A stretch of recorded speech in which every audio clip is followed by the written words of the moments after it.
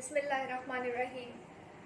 अस्सलाम वालेकुम students, welcome to the online learning class DCW Attock. और हम periodic relationship in compound study कर रहे थे और आज का हमारा टॉपिक है oxides. Now what are oxides? Compounds of oxygen with other element. Oxygen जो दूसरे एलिमेंट्स के साथ कंपाउंड बनाता है उसे हम क्या बोलते हैं? ऑक्साइड्स। अब हम आते हैं इनकी क्लासिफिकेशन की तरफ। क्लासिफिकेशन की बहुत सी बेसिस हैं जब हम ऑक्साइड्स की बात करते हैं। फर्स्ट बेस जिसकी बेसिस पे हम ऑक्साइड्स की क्लासिफिकेशन करते हैं वो है oxidation state of oxygen atom. अच्छा, यहाँ पे आप देखें कौन कौन सी क्लासेस आ जाती हैं ऑक्सीडेशन स्टेट्स की बेसिस पे। नॉर्मल ऑक्साइड्स हैं, पर ऑक्साइड्स हैं, सुपर ऑक्साइड्स हैं एंड सब ऑक्साइड्स हैं। सब ऑक्साइड्स आर वेरी अनस्टेबल, सो यहाँ पे इनकी डिटेल में हम नहीं जाएंगे। नॉर्मल ऑक्साइड की जब हम बात करते हैं तो नॉर्मल ऑक्साइड्स में ऑक्सीजन की ऑक्सीडेशन स्टेट क्या होती है? -2। जब हम बात करते हैं पर ऑक्साइड्स की तो पर ऑक्साइड्स में ये हाइड्रोजन पर ऑक्साइड एग्जाम्पल में आ जाता है। पर ऑक्साइड्स में ऑक्सीजन की ऑक्सीडेशन स्टेट होती है -1। और जब हम बात करते हैं सुपर ऑक्साइड्स की, ये देखें potassium super oxide. Super oxides में ऑक्सीजन की ऑक्सीडेशन स्टेट होती है -12 यानी -1/2।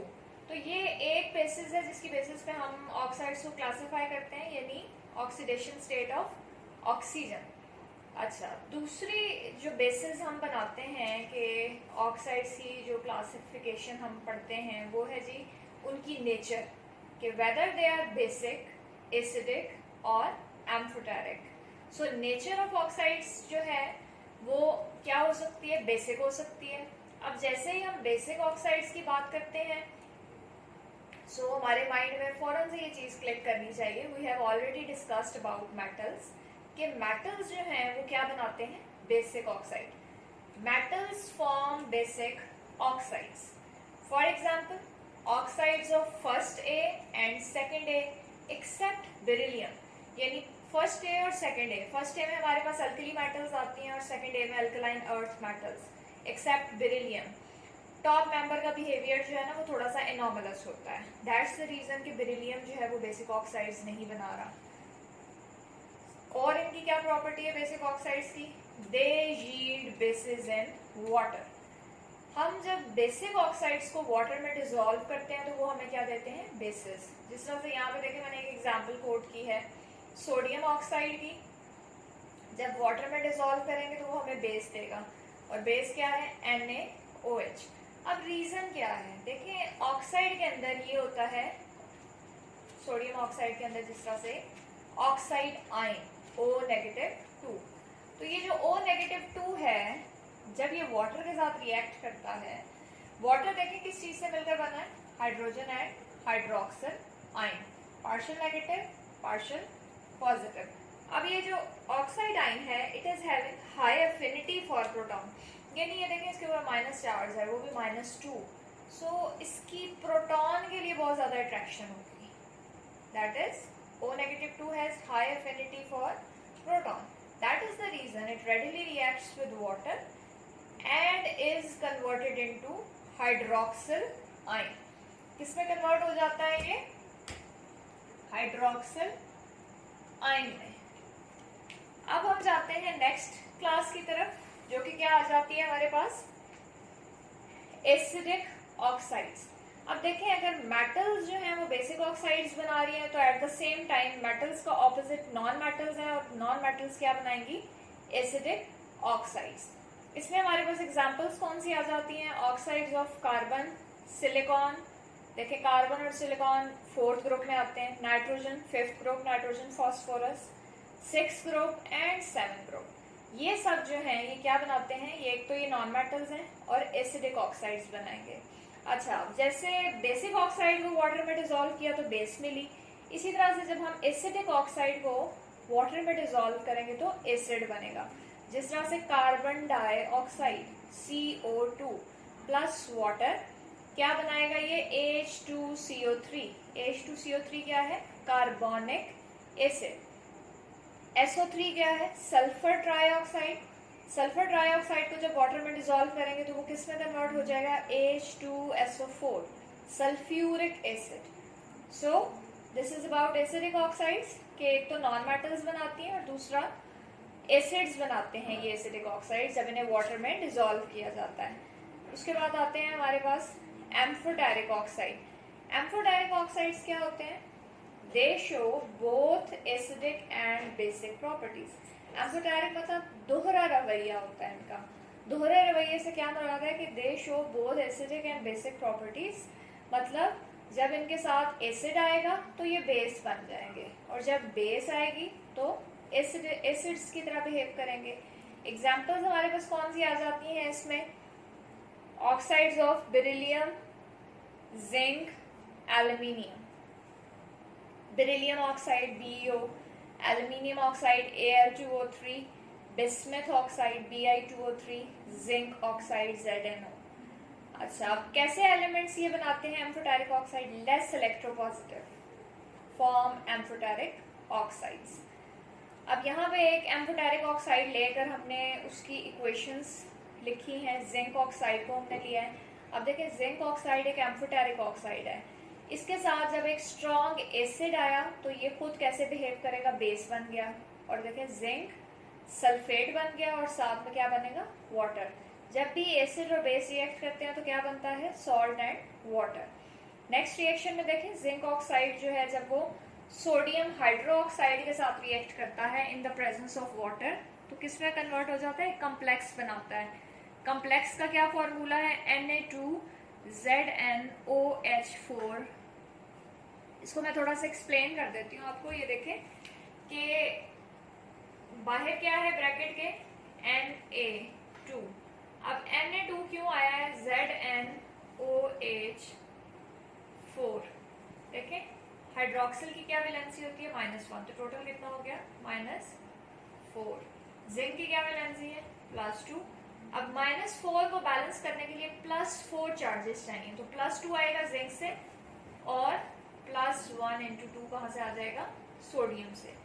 तो ये जो है ये आपके पास एक कम्प्लेक्स कंपाउंड बन गया है जिसका क्या फॉर्मूला है? Na2ZnOH4 time.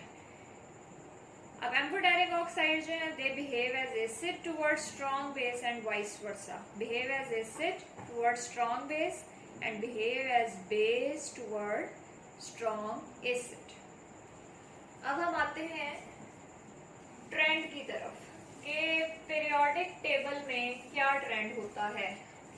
अच्छा, इससे पहले कि पीरियोडिक टेबल में आपको मैं ट्रेंड बताऊं, एक बात याद रखें आप लोग कि ये वाला शॉर्ट क्वेश्चन आ जाता है इस तरह से कि how zinc oxide behaves as amphoteric oxide, justify your answer. So वहाँ पे आपको दोनों केमिकल रिएक्शन शो करने होंगे, जिंक ऑक्साइड के एसिड के साथ भी और बेस के साथ भी। अब हम आते हैं trend in periodic table. In period क्या होता है?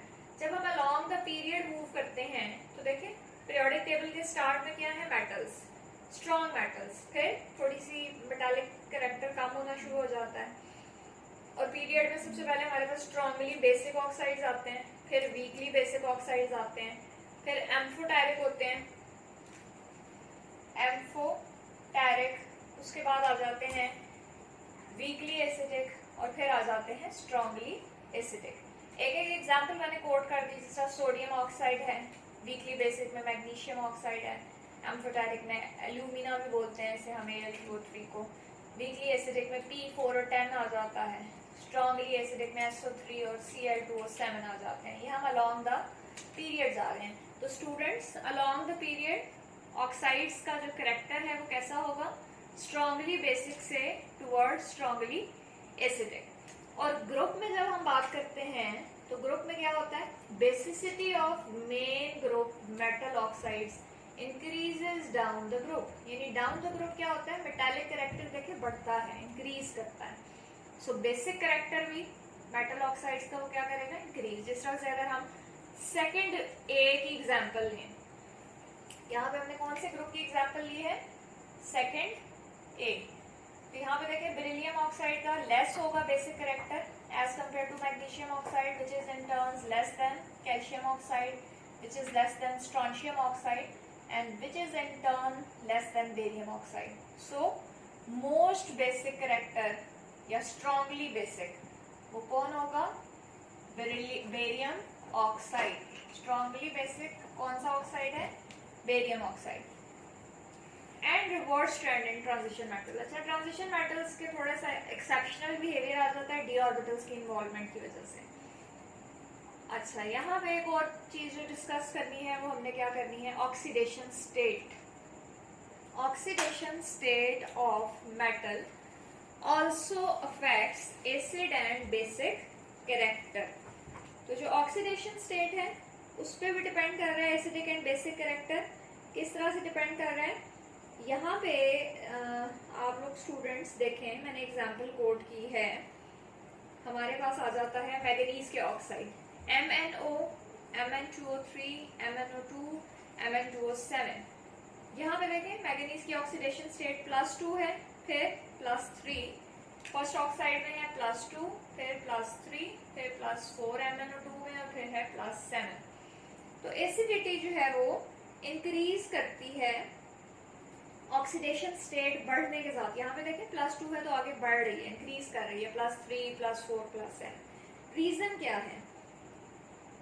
The more electropositive oxidation state means +7 का क्या मतलब है? जितनी ज्यादा यहाँ पे प्लस चार्ज बढ़ रहा है तो इलेक्ट्रोनेगेटिविटी भी बढ़ रही है. The more electropositive the central atom, the more basic the oxide. More electronegative the central atom, the more acidic will be the oxide. ये बिहेवियर है यहाँ पे. तो यहाँ पे अब आप देखें +2 ऑक्सीडेशन स्टेट ज्यादा इलेक्ट्रोनेगेटिव है या +7? +7 इलेक्ट्रोनेगेटिव. अब यहाँ पे इलेक्ट्रोनेगेटिविटी जो है ना वो बढ़ रही है प्लस चार्ज बढ़ने से. अच्छा, अब आप सोच रहे होंगे कि प्लस चार्ज बढ़ने से इलेक्ट्रोनेगेटिविटी क्यों बढ़ रही है? तो देखिए, जितने ज्यादा पॉजिटिव चार्जेस होंगे इलेक्ट्रॉन्स के लिए अट्रैक्शन उतनी ही ज्यादा होगी. तो इलेक्ट्रॉन्स को अट्रैक्ट करना क्या होता है? Electronegativity. So +7 will be the most electronegative here. So यहाँ पे हम क्या कंक्लूड करते हैं कि ऑक्सीडेशन स्टेट बढ़ने के साथ क्या होता है? एसिडिक कैरेक्टर बढ़ता है, जो कि हम जस्टिफाई कर रहे हैं मैंगनीज के ऑक्साइड्स में. ये भी एक शॉर्ट क्वेश्चन आ जाता है. तो स्टूडेंट्स, आज का टॉपिक हमारा था ऑक्साइड्स, जिसमें हमने क्या देखा? पहले सबसे हमने देखा कि ऑक्साइड्स क्या होते हैं? Compounds of oxygen with other elements. फिर क्लासिफिकेशन देखी. फर्स्ट क्लासिफिकेशन हमने देखी ऑक्सीडेशन स्टेट की बेस पे.